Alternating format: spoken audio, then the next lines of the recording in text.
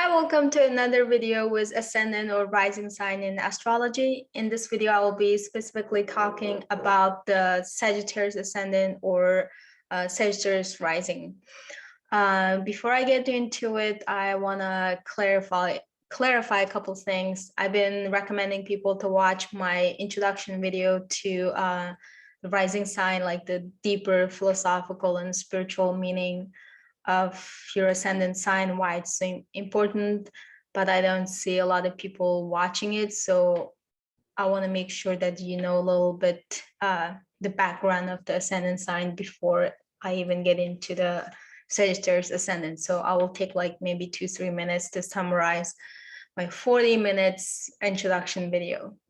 So there might be some confusion around the rising sign and ascendant sign, like what's the difference? There's only difference if you use a different house system than the whole sign house system. So in the whole sign house system, your ascendant and your rising is the same thing. But if you use a different house system, the ascendant is this the straight line that divides your chart into the day and night. It literally cuts your chart in half, and the other part in the seventh house is the descendant, and the one in the first house, that point, is the ascendant. Basically, it's the point that rising when on the east horizon when you were born. And the rising sign is the sign that occupies your first house. So it can be same sign, especially in the whole sign house system. But if you use a different house system, you might end up having a different rising sign than ascendant sign. Say, when I use a periphery house system, my rising sign is Scorpio, my ascendant lays in the Sagittarius. But if I use whole sign house system, my rising sign, ascendant sign, both of them are Sagittarius. So now we clarified that the ascendant is that point, the equator line, and your rising sign is the sign that occupies the first house. And the second thing is about the rising sign. In the modern astrology, we don't give much importance to the rising sign. It's really dominated by sun sign astrology. Like everybody wants to know your sun sign, like what's your sun sign. But the reality is the rising sign or ascendant sign is way more important than we give credit to. There's a couple of reasons for that. First thing, your ascendant sign is lays in or placed in the first house, and the first house is between the 12th house and the second house. The 12th house is ruled by Pisces. It represents the metaphysics or the totality, the collective consciousness. And the second house is ruled by Taurus. It represents the physical world, the world that we can see, touch, smell, and taste. And 12th house, on the other hand, the world that we can't see, but it exists, and it's way bigger than we can imagine. It's the spirit world. And the second house is the physical world. So first house, which is represented by you're sitting in the middle. You are the marriage or the combination of the spirit world and the physical world. So it's very important knowing your ascendant sign. And another thing, the ascendant sign is so important is it's the only sign that represents you.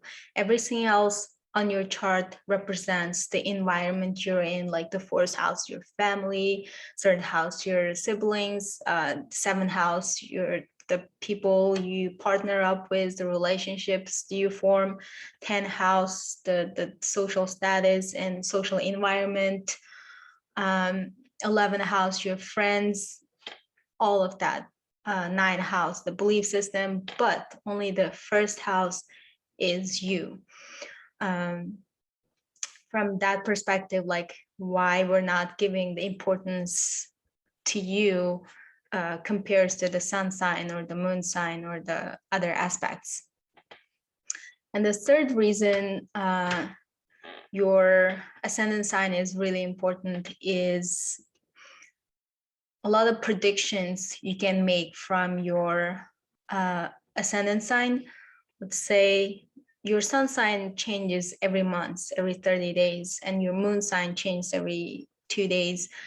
But your ascendant sign, the ascendant changes every 2 hours. So when you have a same ascendant sign with someone else, it's more personal, or you have more things in common than someone you guys have the same sun sign. My sun sign is in a Scorpio, but I resonate with Sagittarius rising people more than people who has their sun sign in Scorpio, because your ascendant sign really determines the placement of the 12th house. So for the same ascendant sign, we have the same house system. So we all have the first house in Sagittarius, the 10th house or midheaven in Virgo, and 7th house, the relationship house, ruled by Gemini, and the 4th house, the family, the IC, ruled by Pisces. So we have more intimate connection or resonation with people who have the same ascendant sign than someone has a same sun sign or moon sign. All right, and it also helps you to predict what's coming in your life. If you ever watch horoscopes and people talk about Sagittarius or Scorpio, but if you listen to horoscope from your ascendant sign, it's way more accurate than sun sign or moon sign. So before I bore you guys, I'll stop right there. And the last thing I want to declare is you are not your birth chart. Might sound a little bit contradictory, but you are not your birth chart. Your birth chart does not define your destiny. You always have a free will to choose or create what kind of life you want. Then why do I even study astrology? Because astrology is the indication of our karma. It's not that somebody up there writing our destiny, you're gonna do this, and you're gonna go through this, and you're gonna suffer this. No, it's us. It's always been us creating our reality, and we're taking certain action, and then we're living in the reaction of that action. So nobody doing anything to us. We're just living the consequence of our own actions. So when you were born, that second, the moment, the sky, the stars and planets and all that arrangement tells you what was your karma, what kind of actions you plant, what kind of seed you planted, and what kind of fruit, could be good or bad, or it's neutral, coming to this life in fruition. And every time you follow the astrological change, new moon, full moon, all the Mars, Pluto, or Sun squaring, trining, oppositing each other, and all of that, it's just a catalyst to your life that certain karma in your life came to fruition. Now you're gonna face that consequence, or living out, working out your karma. And from that perspective, you're not in a victim mentality, or the environment doing things to me, or astrology taking control over my life. No, astrology just an indication. It's just a prediction tool to tell you, it's hey, you came with this kind of karma, you're gonna face this kind of challenges or problems, or even good fortune and good things at this point of your life. And it's still up to you. You still have a free will and choice how to react to those matured karmic reactions. And the astrology also gives you a clue how you can dissolve those karma, so your karmic wheel stops spinning and you stop incarnating to this world and keep suffering. if you don't believe in incarnation or spirituality, like that's totally okay. But if you took interest in astrology and watching, following your sign or horoscopes, it probably means you have a little bit openness in your heart to understand yourself. So my video my goal is really help you to do that, to understand yourself. I'm not here to give you just personality traits like, oh, you're this, you're that, you don't like this, you like that, oh, you're Sagittarius, you're very adventurous, blah blah blah. Like, I'm not gonna just throw you guys a bunch of keywords and then don't even care what happens. Like, I want to give you guys a practical advice that you can take away and then use in your real life and change your life and create the life you meant to have or you want to have. All right, now let's officially talk about Sagittarius rising. So if you have a Sagittarius rising and Sagittarius sign is occupying your first house, so it really represents who you really are. If you do not resonate with a lot of videos out there, because your birth chart is very complicated. Even we have same rising sign, we have planets in a different house, different signs. So we all have a different energy. Everybody is unique. Nobody is the exact same as another person. And nobody has the same exact chart. Sorry. So you might not resonate with a lot of videos out there because they're just grabbing the very specific part, like, oh, your sun sign or your moon sign or your rising sign. Like, they're just grabbing specific part and they're not integrating the entire chart. So you're naturally not going to resonate with it. So I will do my best to consider all the parts of your chart and put it together. But at the end, you still need to have like a professional astrological reading to understand the holistic part of your chart. So with the Sagittarius ascendant, you have first house in Sagittarius. So let's talk about how this ascendant or rising sign affects your life. So let's say your life is a ship on a vast ocean, and your rising sign is the steering wheel of that ship. So it directs you, or it tells you how to navigate your life. And on the other hand, your ruler planet of the Sagittarius, in this case, Jupiter. Jupiter is your ruling planet. And the placement of planet Jupiter in your birth chart tells you more about your birth chart than anything else. If you don't resonate with a lot of Sagittarius ascendant videos out there, it's because they're not considering the ruler planet of your ascendant sign. So whatever the sign, house placement, the ruler planet placed, you will show more of that attributes of that house and sign. Let's say my Sagittarius, I'm Sagittarius ascendant, my Jupiter is in the 8th house in Cancer. So I am not go-lucky, happy, optimistic Sagittarius. I am very shy, introvert, keep it to myself, under the radar kind of Sagittarius ascendant. So if you don't know about the planet ruler and you wouldn't, oh, astrology is just BS, like none of the things online resonates with me. It's because nobody talks about the complexity of the astrology.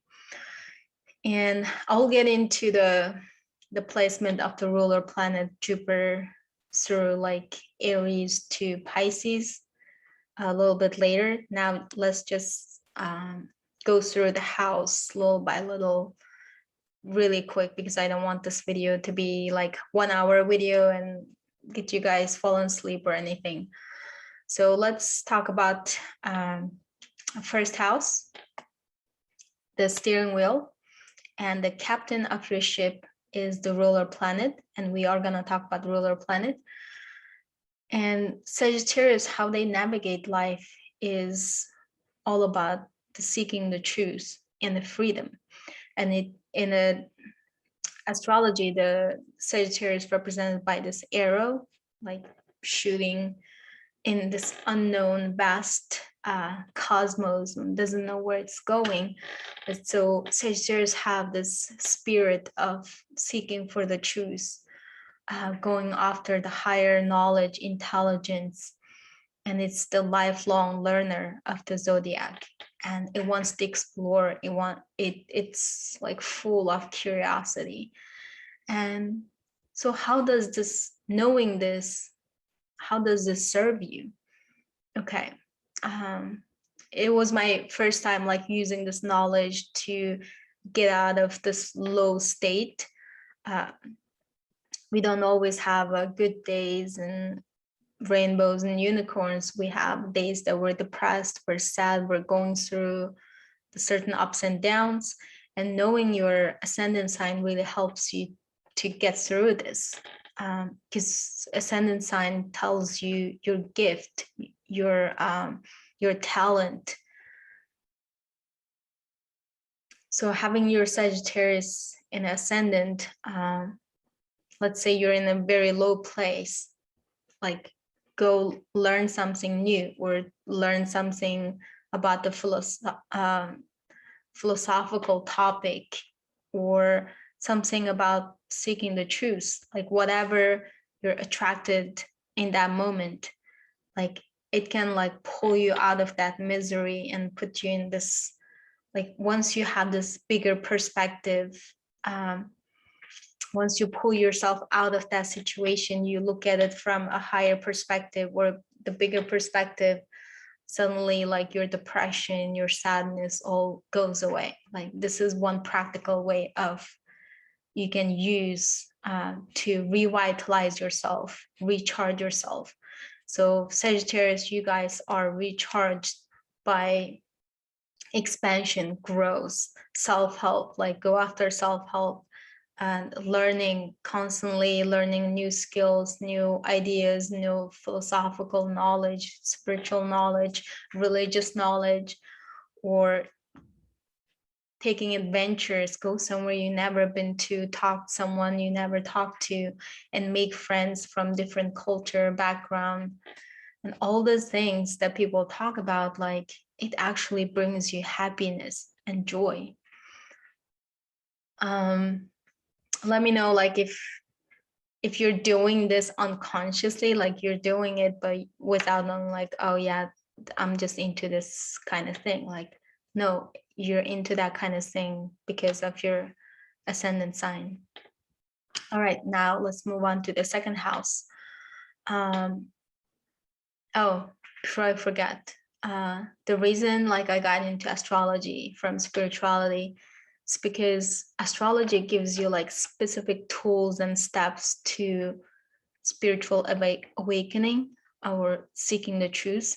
So for you guys, for Sagittarius, for you guys, how you can acquire that spiritual awakening is using the tools or the traits of Sagittarius. Is going after things that cause your curiosity, like you want to learn, you're naturally attracted to certain topics, things, people, places, nature. You're attracted to certain things and you go after it. And that childlike curiosity nature of Sagittarius will bring you to that enlightenment. Sorry, can't even say the word. So there you go. That's the practical side of knowing your ascendant sign. So now let's look at the second house, which is ruled by Capricorn. And a lot of videos out there would tell us like, oh yeah, like you have a Capricorn in second house, so you're very strict. Like when you make money, when you gain resources, you are very like follow the rules, guidelines. You don't do anything out of line, out of ordinary. So you could be very well like accountant, lawyer, like someone just works in this system of the government, organization, institution. And that's how you make your money or finance or resources. But the reality is it fluctuates. It can influence by the planet energies. For example, I have Neptune and Uranus in my second house. So good luck with following the rules. Uranus is all about breaking the rules and rebellious, and Neptune is all about the vision, the imagination, and the beautiful utopian ideas. So I could never keep a 9-to-5 job my whole life. And I was just so into entrepreneurship, starting something on your own, being your own boss. Like that was the vibe I was feeling. So don't be fooled by like Capricorn second house, like I'm serious, I'm frugal, I'm blah, blah, blah. But the reality, it can fluctuate because it can influence by the planet energy. So definitely check what planets you have that influence in your second house. All right, let's move on to the third house. Third house is ruled by the Aquarius. And we definitely have a very unique way of communication, very forward thinking in our communication. And third house also rules our siblings. So that means an Aquarius is a sign of like distance or, you know, alienation, isolation. So like you're the black sheep in the family, basically. You have this distant relationship with your siblings, like you're doing your own thing, and then your siblings like, what the hell? So you don't have very close relationship with your siblings, and you always been the rebellious in the family and doing your own thing, going your own way. But the meantime, third house also, the house represents our intellectual mind and the communication. So having Aquarius there, like you guys are very intelligent, very efficient communicator, and you easily accept the forward thinking. Aquarius is all about the futuristic ideas, like you're all in for the electric cars, driving Tesla for the first time, or you're out there like spending crypto for the first time, like whatever things come out the first, you're willing to be the guinea pig and try those things, or you're more open to accept ideas of like forward thinking ideas. Maybe you're the first person flies to Mars and be a resident there. Just kidding. Now let's move on to the fourth house. So your fourth house is ruled by Aquarius, Pisces. So it's also your root, because fourth house represents our home environment and ancestral roots and how we grew up. And if you're a little bit into spirituality, Pisces is also very like spiritual sign. It might even represent the karmic history or the ancestral roots.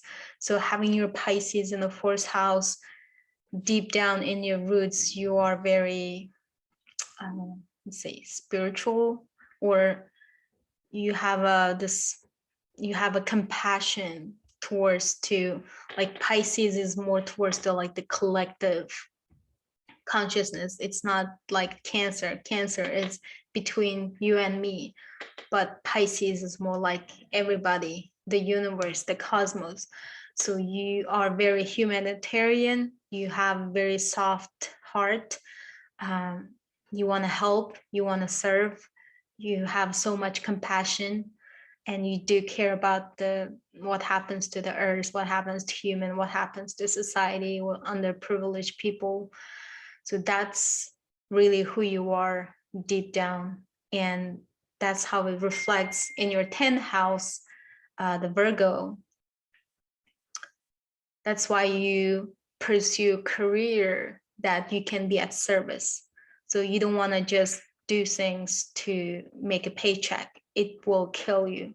It has to be, has some meaning to you. Like you can say that, oh, my job, the job I do, I'm serving somebody, I'm taking care of somebody, I'm doing a good cause for the environment or the society or the galaxy or cosmos, whatever.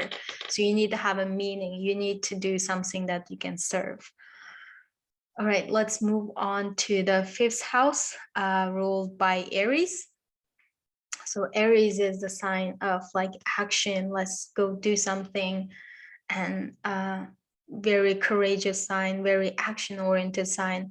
And 5th house rules the area of, you know, self-expression, the creativity, also rules children.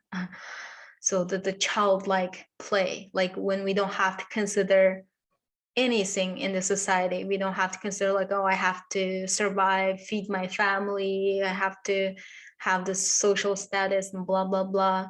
If we discard all of that, what is your heart telling you to do? That's the 5th house, following our heart, originally ruled by Leo. But you are, your 5th house ruled by, your 5th house is ruled by Aries. So you are a very spontaneous person. If you want to do something, your heart craves for something, or like, oh, I wish I could do that, or I really want to try this, you go do it. Like I had an experience like, oh, I want to learn how to dance hip hop. Like, okay, sign up next week going. Like, oh, I want to drive this big truck. Like, how does that feel? Like, okay, next week I'm like driving the big truck. Like you're very spontaneous when it comes to doing something out of curiosity or creativity, like something that makes you happy. Another thing 5th house represents is the like the flirtation, or like this teenage love kind of thing. So our dating life, 7th house, they say like it's more serious long-term relationship, but 5th house is like the short term, the flirtation. And you might, like if you like someone, you're just gonna go up straight to them, it's like, hey, I like you, do you want to hang out? Like you have that courage in you, especially having your Aries ruling your 5th house. You're gonna go for all the attractions or love at first sight, whatever you call it. You're gonna go for it because Aries is action oriented. How fast you take action, maybe it depends on Mars, where's Mars placed. Like if Mars placed in a Libra, which is mine, I always think twice, like Libra, having a hard time to make this, how should I go do it? Like, can I really do it? But if you have a Mars in Scorpio in its own sign or somewhere else that Mars more at home, feels at home, you just go do it. You don't think too much about it. Okay, let's move on to your 6th house, ruled by Taurus. And Taurus is this, the earth sign, the hardworking, very physical nature, very grounded sign, and it's in your 6th house. 6th house represents our day-to-day routine, our physical health, our day-to-day, the work environment. So having Taurus there, you guys, or we work very hard.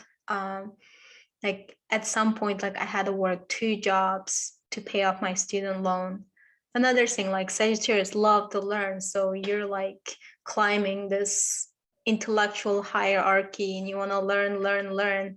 I end up putting myself in a student loan, and I was like working so hard to pay it off. So having your Taurus in the 6th house, we are very hard workers, and it's more likely we always gonna do like 2 things. One thing is for work, one thing is just for my heart sing, or something that makes me happy, always like working on this side project. You do something for a career out there, and you come home, do something for yourself. Like I used to do that. Like I went to medical school, well, Virgo and 10th house, and then when I get home, like I was writing scripts and trying to make movies. So it's very interesting always having like at least two or more projects going on in your life. And 7th house ruled by Gemini. This is very interesting placement.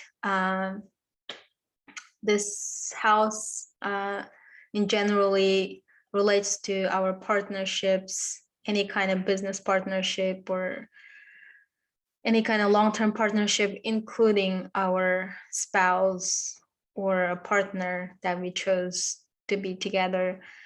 And having your Gemini there, it's really, you are attracted to people are very intellectual. Gemini is very intellectual sign. And if you date someone, like let's say they have like a 0 emotional IQ or EQ, whatever, and then you're like instantly turned off, like, oh, I would rather talk to someone really smart or understands what I'm talking about, because Sagittarius is really into talking about the big picture, philosophy and social problems, religion, value system, or whatever, all the big topics out there. And then if your partner is not very talkative, you might get bored easily. Let's say you're with someone very Cancerian and they're sharing their emotions and all that, like you're like, no, I want to have an intellectual conversation, I want to talk about like big topics and then God and everything. And so you definitely gonna get along with intellectual sign like Gemini. But meantime, I have another video like 7th house. It's your descendant sign. That means like ascendant, you're embracing, like you're embracing your Sagittarius qualities and you're wanting more Sagittarius stuff. You're learning, you're doing adventure. Gemini, on the other hand, Gemini is the opposite of the Sagittarius. It's also intellectual sign, but it's a little bit shallow sign. Like Gemini has a curiosity, it wants to learn, and it's intellectual, but it's like a butterfly landing on the different flowers, collecting dust, but it never stops or stay with one flower rest of its life. So Gemini doesn't dig deep like Sagittarius. So that's something that you guys can turn off. Like if Gemini just chap and talking, and then there's no content, there's no value in the conversation, you're like, oh, you're just wasting my time and talking, and it doesn't have the nutrition or the nuggets in there. So I'm turned off by Gemini. So if when the Sagittarius face the shadow side of Gemini, you guys can easily get turned off, repelled by Geminis. But when Gemini is like more mature or a little deeper, like a Gemini in Scorpio or Gemini, I don't know, in the 9th house, that kind, you might be more get along with that Gemini energy person or the intellectual person. So let's move on to the 8th house. So 8th house is ruled by Cancer. That's where my ruler planet resides in. And if your ruler planet in 8th house, like you're definitely not a very talkative and go-lucky, happy, optimistic Sagittarius. You are very shy, reserved, very in touch with your emotions, that kind of Sagittarius. So Cancer in the 8th house, you can, because 8th house is ruled by Scorpio, so it's about like going in depths, digging deep, learn what's behind the scene, what's behind the curtain, and it's the intimacy. So having your Cancer in the 8th house, you guys crave for emotional intimacy, emotional depth. if in a relationship you lack emotional intimacy, you can be physically intimate or you can have intellectual conversation all day long. But if you don't feel that emotional intimacy, if you can't feel someone, their heart, you are not gonna accept that person. They don't have you. The Sagittarius is very active and they love freedom, so it's really hard to pin them down or lock them up like, okay, you're with me rest of my life, like I'm out. So Sagittarius doesn't want to be the restricted or locked up, and the only way you can lock up Sagittarius is having this emotional deep intimacy and a connection with them. You can really go deep in a conversation or in the relationship or in the intimacy. That's how you can grab a Sagittarius heart. And now let's move on to the ninth house, ruled by Leo. So ninth house represents our belief system, the social, cultural environment we grew up with. Excuse me. Sorry, my throat got itchy. Listen. So having Leo is a sign of self-empowerment, self-expression. And shadow side of Leo is very self-centered, selfish. So having Leo in the ninth house, it can be very easy for you guys to fall into self-righteousness. Like right now, the North Node, South Node, we have Sagittarius and Gemini. So Sagittarius being like stubborn about your belief system, like this is right, or I'm Republican or Democrat, or I'm Christian or atheist, like you're really stuck in your own belief system that you are not willing or not open to any different ideas, Gemini North Node. So having Leo in a ninth house, you kind of have that idea of like self-righteousness. My belief system is right. You should listen to me. You should adopt my belief system. So be very careful with not being stuck in your own belief system, and try to preach people like this is what's truth and respect their own truths. Yes, truth sets you free. There's only one truth, but people can have a different version of that same one truth. There's like 1,000 ways of climbing to the same mountain. So respect that everyone's approach is different. Don't get stuck in the self-righteousness. And let's move on to 10th house, Virgo. We kind of talked about it. Virgo is the sign of the service to others. So you guys definitely survive, or you'll be attracted to the careers that you can serve others. You can make a difference. The career that you're needed, your skill is appreciated. You might get depressed if you do a job that you can be easily replaceable, like someone else comes in and then it doesn't even matter that you existed. Like you will feel good if you're needed and what you're doing is making a difference. Having a meaning to you is very important. So you guys can do like, I don't know, healthcare field is really great, or even other branches of the healthcare, maybe healing the body, the working out, or herbalism, or medicine, or even like psychological healing.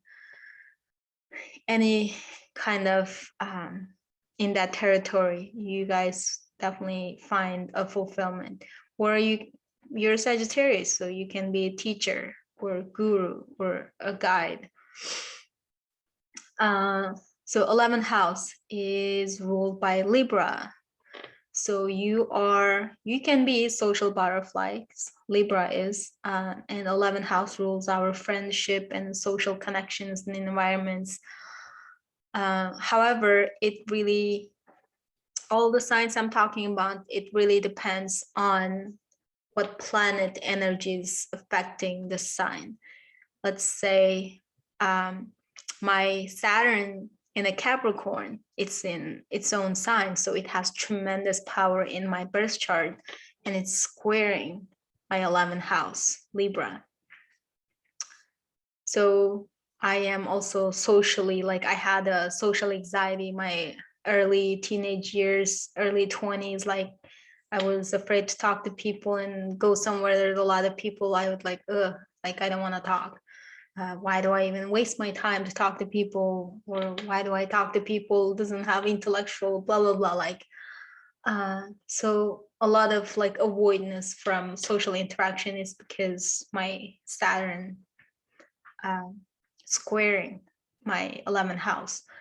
But if you don't have like astrological knowledge of those square opposites, trions, and planet energy, you would think, oh, I have Libra in 11th house and everyone telling me I should be a social butterfly, but I'm not. That's why there's other elements to consider. 12th house ruled by Scorpio, and 12th house, like I said earlier, represents the end. It dissolves, everything starts the first house and you accumulate in your different area of your life. But 12th house is something way bigger than us. It's the spirit world. It's the totality of everything. The 12 archetype all meets in the 12th house. So having your Scorpio there, you guys are, your Scorpionic nature plays out in metaphysics. You want to know the truth about the metaphysics, like what's out there, what's controlling, what's ruling this world, what's creating this world, like what's the law that governing everything. Like your Scorpionic, this detective side of you is going to go after the philosophical and psychological, metaphysical topics. You're going to dig deep and you're going to get this 12th house in a Indian astrology, like moksha house, the liberation. So Sagittarius, you're seeking the truth. The truth literally sets you free or gives you the liberation. So having your Scorpio in a 12th house, Scorpio is a big sign of doing shadow work, facing our own demons, healing our own traumas, facing our shadows. So you guys doing that, you will have that liberation, you will have that spiritual freedom, you will find that eternal peace within you doing your shadow work and healing yourself. I hope you find this helpful. I was going to get into the ruler planet, Jupiter placement, but I feel like I've been talking forever. Probably don't have enough time to mention it. I will definitely make another video, part 2. Watch out for that. We'll make another video. And let me know if you resonate any of this in the comment section. I will talk to you guys in my next video. Thank you for watching.